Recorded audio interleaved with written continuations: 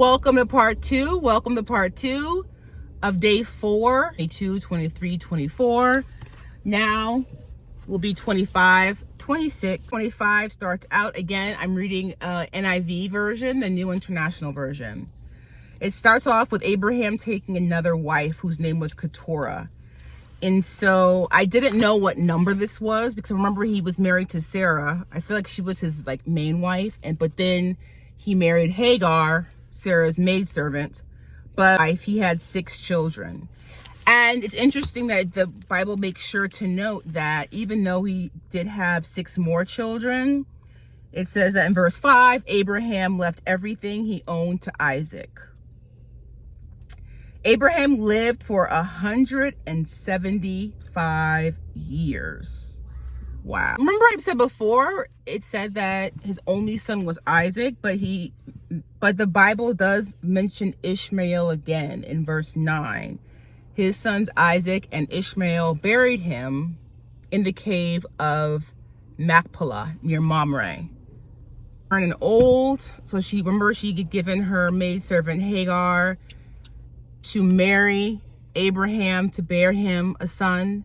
And so Ishmael, in verse 16, these were the sons of Ishmael, and these are the names of the 12 tribal rulers according to their settlements and their camps.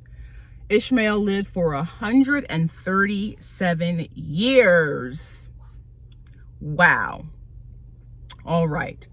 So now we are going to go into Isaac. What's going on with Isaac, you guys? Isaac married Rebecca. He was meditating in the field. He looks up. He's like, who is that with all those camels? And it was his future wife, Rebecca. So he was 40 years old when he married Rebecca, the daughter of Bethuel. Isaac prayed to the Lord in verse 21 on behalf of his wife because she was barren. The Lord answered his prayer, and his wife Rebecca became pregnant. The babies jostled each other. She had twins within her, and she said, why is this happening to me? In verse 23, it says, the Lord said to her, 2 nations are in your womb, and 2 people from within you will be separated. One people will be stronger than the other, and the older will serve the younger. Time to give birth. Twin boys came out of the womb. The first was red and hairy. They named him Esau. The second one, Jacob, was holding on to Esau's heel, so he was named Jacob. Isaac was 60 years old when Rebekah gave birth to him.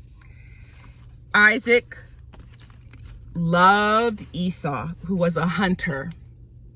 Rebekah loved Jacob, who it said stayed among the tent, and I took that to mean like he was more domestic. Verse 29, it talks about the fact that Esau had gone out to do some hunting. He was so hungry. He was famished, it said. When he came back to their home, Jacob was cooking some stew. Esau said, let me have some. I'm hungry. I'm hungry. And then Jacob replied in verse 31, first you must sell me your birthright. Esau said, look, I'm about to die. What good is this birthright? And Jacob said, swear it to me. And Esau sold his birthright to his younger brother Jacob for bread and for a bowl of lentil stew. Chapter 26. It says in chapter 26 that God reaffirms his promise to Abraham with Isaac, his son. In verse 4, I want to read this out loud.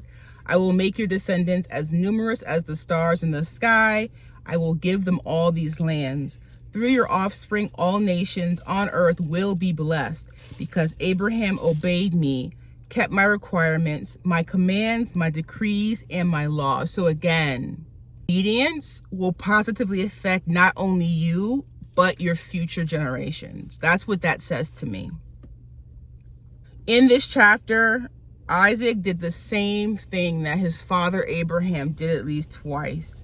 He told King Abimelech that Rebekah was his sister and not his wife. It says, Abimelech in verse 9 summoned Isaac and said, she is really your wife? So what happened was Abimelech was looking out the window one day, and saw Isaac caress his wife Rebekah. And Abimelech was like, that's not your sister. It was his wife. And he asked, she's really your wife? Why did you say she is my sister? And Isaac said, because I thought I might lose my life on account of her. Abimelech gave orders to all the people, no one to touch Isaac or Rebekah. 12 through 16, here in the 26th chapter, Isaac planted crops in that land, and the same year reaped 100-fold, because the Lord had blessed him. The man became rich, and his wealth continued to grow until he became very wealthy. He had so many flocks and herds and servants that the Philistines envied him. All the wells that his father's servants had dug in the time of his father Abraham, the Philistines stopped them up, filling them with earth.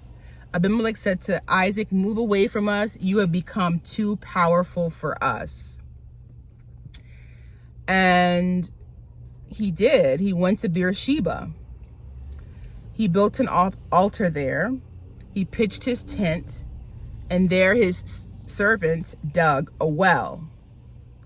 Isaac did ask Abimelech, why have you come to me, since you were hostile to me and sent me away? Verse 28 through 34, we saw clearly that the Lord was with you. So he said, there ought to be a sworn agreement between us and you. Let us make a treaty with you. Abimelech came to him from Gerar in verse 26. Isaac said, why have you come? You were hostile to me and sent me away. They answered in verse 28 that we saw clearly that the Lord was with you. So we said there ought to be an agreement between us. And they made an agreement, and Isaac made a feast for them. They ate and they drank. Chapter 26 ends. Esau getting married. When he was 40 years old, he married Judith, the daughter of Beeri the Hittite, and also Basemath, daughter of Elon. And this ends, it says in verse 35, they were a source of grief. Both of his wives, Judith and Basemath, were a source of grief to Isaac and to Rebekah.